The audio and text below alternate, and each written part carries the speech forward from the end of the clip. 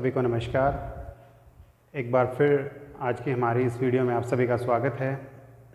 मैं Mandeep Kumar vocational teacher retail एक बार फिर आपका स्वागत करता हूं।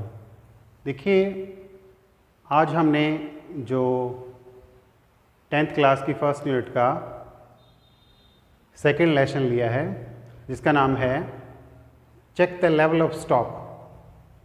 देखिए, किसी भी रिटेल स्टोर पे जो स्टॉक लेवल है उसको मेंटेन करना बहुत इम्पोर्टेंट है, क्योंकि हमारे जो कस्टमर होते हैं वो हमेशा किसी भी रिटेल स्टोर पे जब जाते हैं तो हमेशा ये सोच के जाते हैं कि भाई जब हम वहाँ पे जा रहे हैं, जो सामान लेने जा रहे हैं, हमारे को वो आसानी से उपलब्ध हो जाएगा। और इस लेसन में आपने क्या करना है, अपने स्टॉक लेवल को मेंटेन करना है, यानी उसको चेक करना है कि भी हमारा जो स्टॉक लेवल है वो प्रॉपर है या नहीं है। देखिए, अब लेसन की शुरुआत करते हैं स्टॉक कंट्रोल मेथड्स। अब स्टॉक को कंट्रोल करने के लिए कुछ एक मेथड यहाँ पे बताए गए हैं जिनका प्रयोग करके आप अपने स्टोर पे स्टॉक लेवल को मेंटेन कर सकते हैं या उनको कंट्रोल कर सकते हैं और उनका लाभ उठा सकते हैं। यहाँ पे जो फर्स्ट मेथड बताया गया है कहता है कि मिनिमम स्टॉक लेवल। देखिए, हर एक रिटेलर का फर्ज बनता है या फिर उसको पता होता है कि भी आपके स्टोर की बिक्री कितनी है, कितने अप्रॉक्सीमेटली कस्टमर्स आपके पास में आ जाते हैं एक दिन में, तो उसके हिसाब से उसको अपना मिनिमम लेवल सेट कर देना चाहिए कि भाई मान लिया जाए मेरे पास किसी प्रोडक्ट की 10 क्वांटिटी हैं और मेरे को पता है कि भाई मेरे पास दिन भर में 6 या 7 कस्टमर आ जाते हैं, तो इसके अकॉर्डिंगली उसको अपना मिनिमम लेवल सेट कर देना चाहिए कि भाई मेरे को कम से कम 10 या 12 प्रोडक्ट रखने पड़ेंगे और जब उनकी क्वांटिटी 3 से नीचे रह जाए तो उसको आपने चेक करना होगा। यानी कहने का अर्थ है कि भाई आपने मिनिमम लेवल सेट करके रखना पड़ेगा अपने स्टॉक का, जिससे आपको पता लग सके कि भाई आपको नेक्स्ट ऑर्डर कब करना है। सेकंड है स्टॉक रिव्यू। देखिए, एक रिटेलर का कर्तव्य बनता है कि वो टाइम टू टाइम अपने स्टॉक का रिव्यू करता रहे, उसको देखता रहे, उसको चेक करता रहे, जिससे उसको पता लगता रहे कि भी अब आपके पास में कितना स्टॉक है या फिर आपका स्टॉक जो है पर्याप्त मात्रा में आपके पास है या नहीं है। उसके बाद आता है जस्ट इन टाइम। अब इसके अंदर क्या होता है, कुछ एक प्रोडक्ट ऐसे होते हैं आपके जो जल्दी आते हैं और जल्दी ही बिक जाते हैं।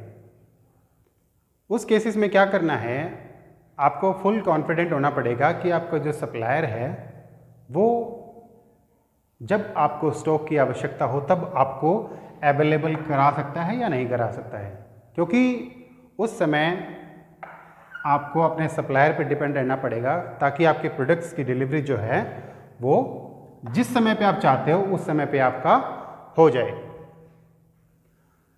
उसके बाद आता है इकोनॉमिक ऑर्डर क्वांटिटी। ये एक फॉर्मूला है जो कि आपके too much and too little stock, यानी कहने का अर्थ है बहुत कम स्टॉक है, बहुत ज़्यादा स्टॉक को बैलेंस करने के लिए इस्तेमाल किया जाता है, ताकि आपके स्टोर पे जो है इतना स्टॉक भी ना हो जाए और इतना कम भी ना रह पाए जिससे आपको परेशानी हो। उसके बाद आता है बैच कंट्रोल। बैच कंट्रोल में सिंपल सा है कि जब भी प्रोडक्शन होती है उस टाइम पे आपने अपने प्रोडक्शन के बेसिस को कंट्रोल करके चलना है, ताकि जितना आप जो प्रोडक्ट है वो सेल कर पाओ उतना ही कोशिश करो कि भी आप उतने ही प्रोडक्शन कर पाओ। या फिर आपने अपने बैचेस को इस तरह कंट्रोल करना है कि भी आपके सारे ऑर्डर जो हैं वो कंप्लीट हो जाएं, ठीक है। उसके बाद आता है फर्स्ट इन फर्स्ट आउट। अब इसमें सिंपल सा है कि भी आपने कोशिश करनी है कि जो ऑर्डर आपका पहले आया है जिस भी प्रोडक्ट का, आपने कोशिश करनी है, प्रयास करना है कि भाई आपने सबसे पहले उसी ऑर्डर को सेल करना है, बेचना है। क्योंकि जो ऑर्डर लास्ट में आया है वो लंबे समय तक या फिर जो पहले आया उससे ज़्यादा समय तक आप उसको चला सकते हो। तो आप इन मेथड्स को अपना के अपने स्टॉक को, अपने लेवल को या अपने इन्वेंट्री लेवल को कंट्रोल कर सकते हो।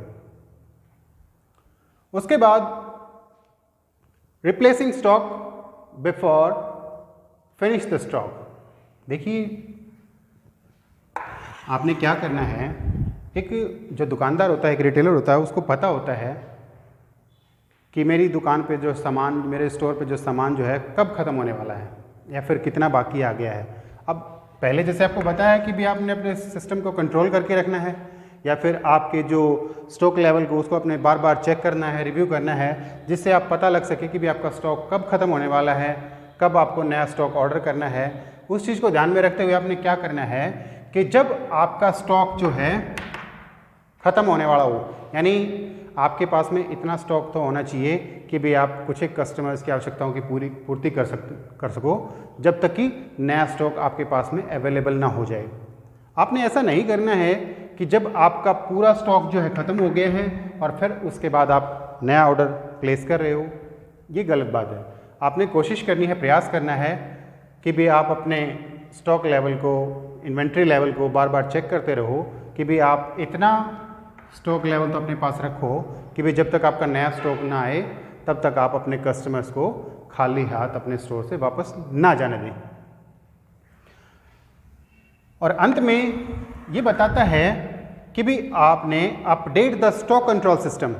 भाई जो आपकी टेक्नोलॉजी है, जो आपका कंट्रोल सिस्टम है, आपने कोशिश करनी है, प्रयास करने हैं कि भी आप उसको हमेशा अपडेट रखो।